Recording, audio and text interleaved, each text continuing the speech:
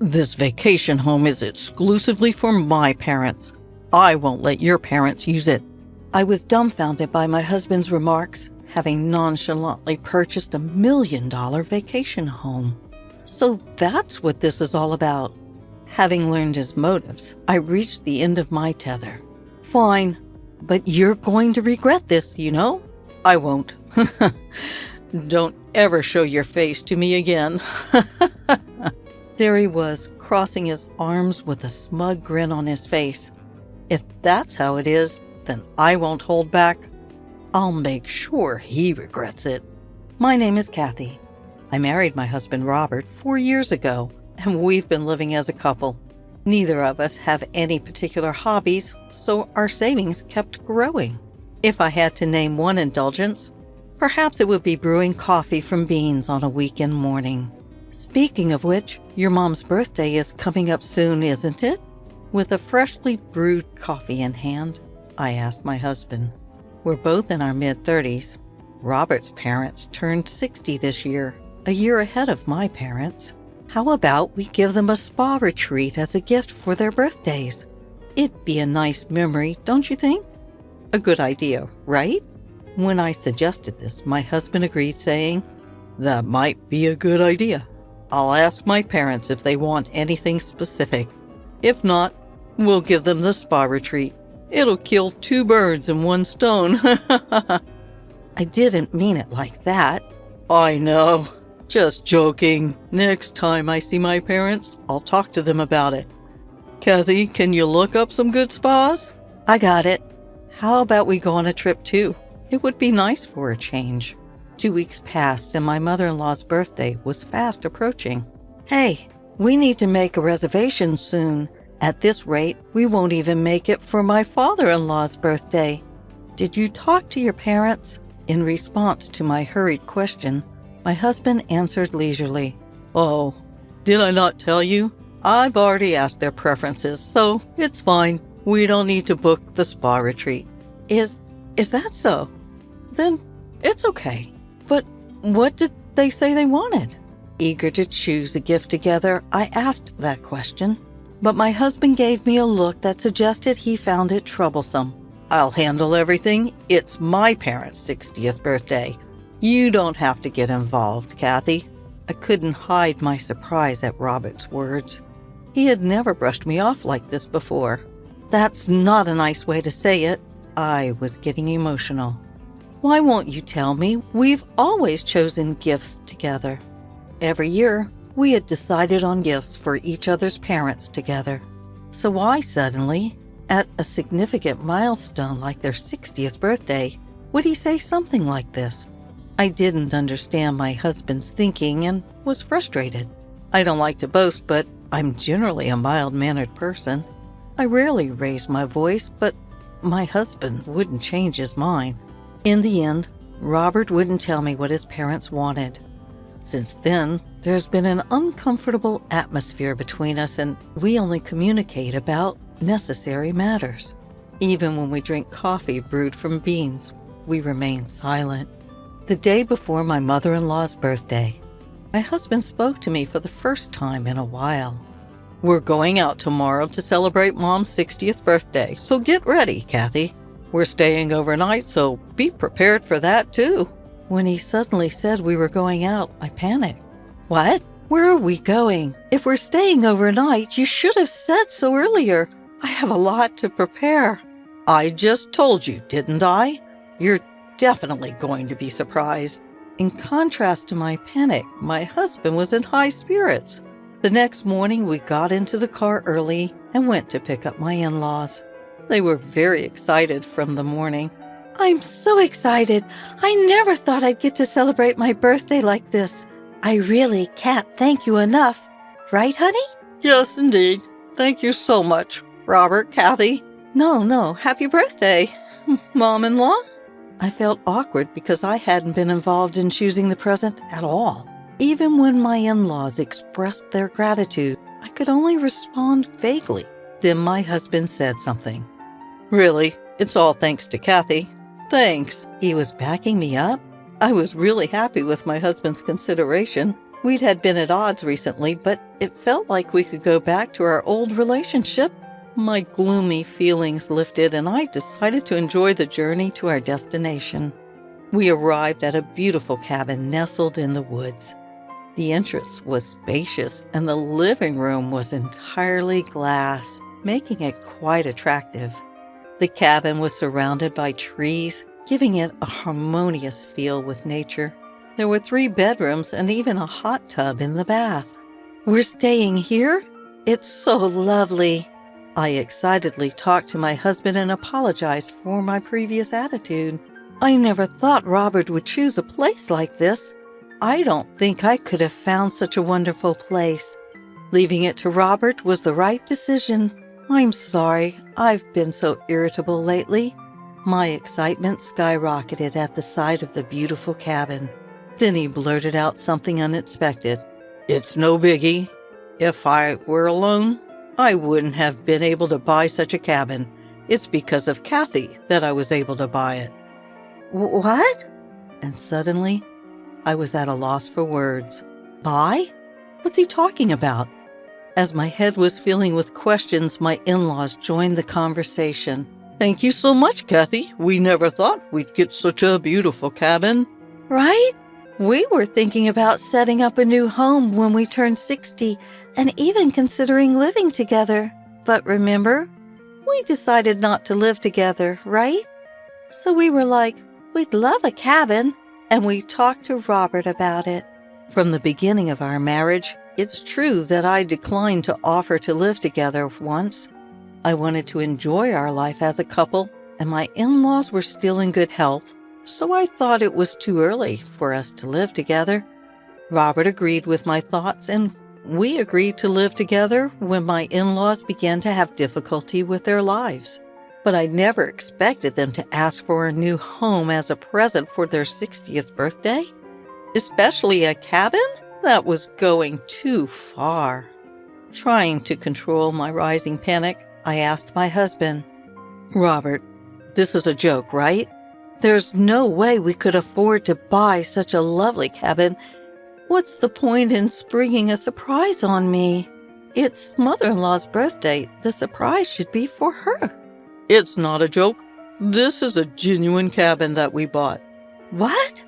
Upon hearing my husband's reply, everything went dark before my eyes. While I was in a state of shock, he continued, "Man, it really saved us. They said I couldn't get a mortgage on my own income. It was a good decision to get a joint mortgage." "Hold on a minute. I didn't hear anything about this." "I just told you, and it's not a bad thing for Kathy, is it? You just said it was a lovely cabin. It's ours." "That's not the issue, isn't it? How much did this vacation home cost you?" My frustration aimed at him. He dropped a surprising fact. $1 million. "What? $1 million? It was for my parents' 60th birthday. I thought we'd splurge a bit," he said. The amount was more than I could have ever imagined, leaving me dizzy. As if to add insult to injury, my husband began to spill an astonishing fact.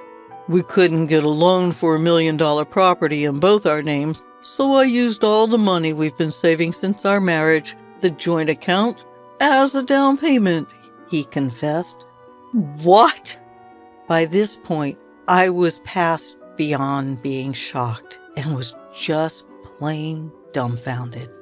Why could he be so selfish without even consulting me? I couldn't understand it at all. Despite my shock, my husband continued nonchalantly, "Well, it's already bought. Can't do anything about it now. Besides, I took into consideration Kathy's option of not living together. Isn't that good enough? And this vacation home, we can do whatever we want with it. Our vacation times will be more fun, won't they?" His carefree attitude was nothing short of exasperating. But now that it's come to this, there's nothing we can do. Just as Robert said, this vacation home was indeed lovely, and our holiday enjoyment would increase. Fine, it's already bought, so there's nothing to be done. But you could have at least consulted me. I muttered resignedly. At that, my husband brightened up and laughed. That's more like it. I should have consulted you. I apologize. I wanted it to be a surprise for you too, Kathy. You're quite something, aren't you? Without my knowledge, Robert got a joint mortgage, even using our joint savings, but luckily, we don't have any big expenses coming up. I earn significantly more than Robert, and I have my own savings. Let's just accept it and think of it as a good purchase. Feeling resolved, I decided to enjoy the grand celebration for my mother-in-law's birthday party and a 2-day stay at the villa. Once home, I brewed a coffee and indulged in the memories of our villa stay. It was surprising, but the villa was really splendid. It had a wood-burning stove in the living room, which would be enjoyable in winter. Feeling happy, I spoke to Robert. Hey, when are we going back to the villa? I want to get some new dishes for the villa. Yeah, I'll check with my parents. Can't we go by ourselves? Well, the villa is technically in our names, but it was a present for my parents' 60th anniversary.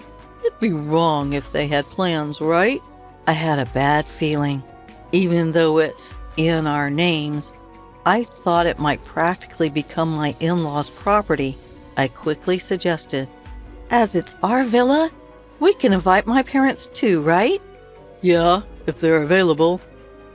He answered non-committally, but he didn't refuse. That's a relief. The villa won't become my in-laws' property.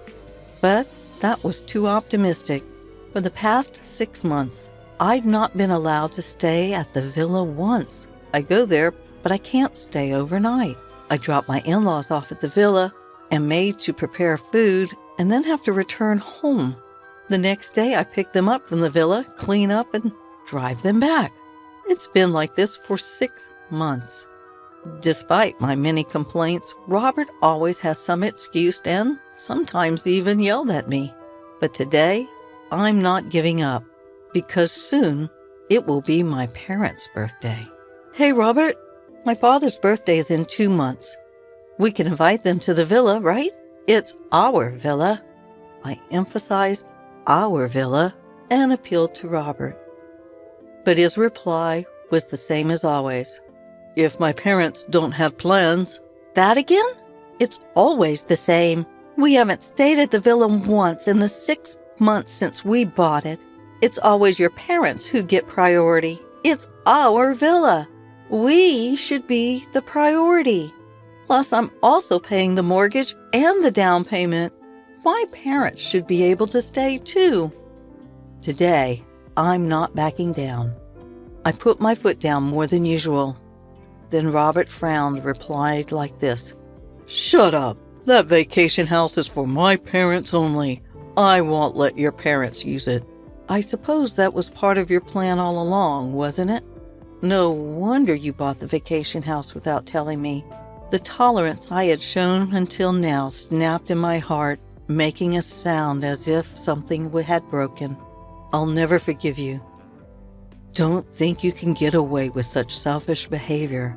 I proposed the following to my husband. Fine, if that's how it is. I won't hold back any longer. Let's get a divorce. What the hell? You're such a petty woman. Well, whatever. I'm quite appreciated by my parents for buying that vacation home, and I'm sure my mom would do the housework. I won't be in trouble at all without you. Of course, if we're getting a divorce, I won't let you use that vacation house. Still okay with you? My husband had a triumphant look on his face, crossing his arms with satisfaction. I felt pathetic for falling for such a man's smooth talk, but it's too late to regret now. All that's left is to get my revenge. I lowered my voice and put pressure on my husband. You sure? You're going to regret it? Like hell I will. Fine, it's settled then. Don't ever show up in front of me again. The next day, I filed for divorce. It was accepted without issue, and I decided to head back to my parents' house on foot. The call from Roberts to my parents' house came a few months later. When I answered the phone, he was in a panic. Is that you, Kathy? What do you want at this point? We have nothing left to talk about. In response to my cold reply, he shouted back frantically, I tried to call your cell phone. Why didn't you pick up? Some persons claiming to be your lawyer came to my house today. Hey, this is something you asked for, right? Can you explain it properly to me? You don't understand? What don't you understand? It's exactly as the lawyer said. Since we're divorced, I don't intend to pay the mortgage. If you don't comply, I'm considering selling the vacation house. That's all. But that vacation house is in both our names. Even if we're divorced, it's only natural for you to keep paying the mortgage, right? To my ex-husband, who was at his wit's end, I calmly stated, despite being in both our names, I'm not allowed to use it, right? So why do I have to keep paying the mortgage? That's what doesn't make sense to me. Oh, no, but it's a shared property, right? You should be the one paying. This is going nowhere. That's why I asked a lawyer. If you're going to insist on your point of view, I'm hanging up. If there's anything else, please contact my lawyer. I don't have time to talk to this unreasonable man. I have my own business to take care of. Hold on, wait up. I messed up. Let's use the vacation house alternately, okay? That should be fine, right? You're saying keep paying the mortgage and I'll let you use it in turns. I got no attachments to that vacation house anymore. After all, I already bought a new one. Wait, what? Yes, I gifted the vacation house to my parents for their 60th birthday. It's not exactly $1 million estate, but a cozy cottage that they love. Are we done here? I don't have time to be chit-chatting with you. Hold on, please. I quit my job. I know that. What? It was probably my father who caused it, wasn't it? My father is an executive in a top-tier company. He has many acquaintances, presidents, and executives of other companies. Robert's company president was one of them. Angry at Robert's treatment toward me, my father must have talked to Robert's company president about it. How can we have such a person in our company? The president expressed his anger. I don't know the details from there, but I had heard that Robert chose to resign on his own. I'm sure Robert's company president did something behind the scenes, considering the future. Hey, help me out. Robert pleaded with a tear-choked voice. I started receiving contemptuous looks from my coworkers. I chose to quit. I found a new job, but the salary is less than before. I can't keep up with the mortgage payments on my own. Your father is the cause, right? Then isn't it his responsibility to continue paying the mortgage? He's so self-centered. How much further will he go to satisfy himself? I was at my limit with his selfish comments. Sure, my father might have caused you to quit your job, but the one who created the initial cause was you, Robert, wasn't it? Don't twist it to suit your narrative. You're the one who's wrong for touching our shared property because you wanted to look good to your parents. You've brought this on yourself. I didn't think it would turn out like this.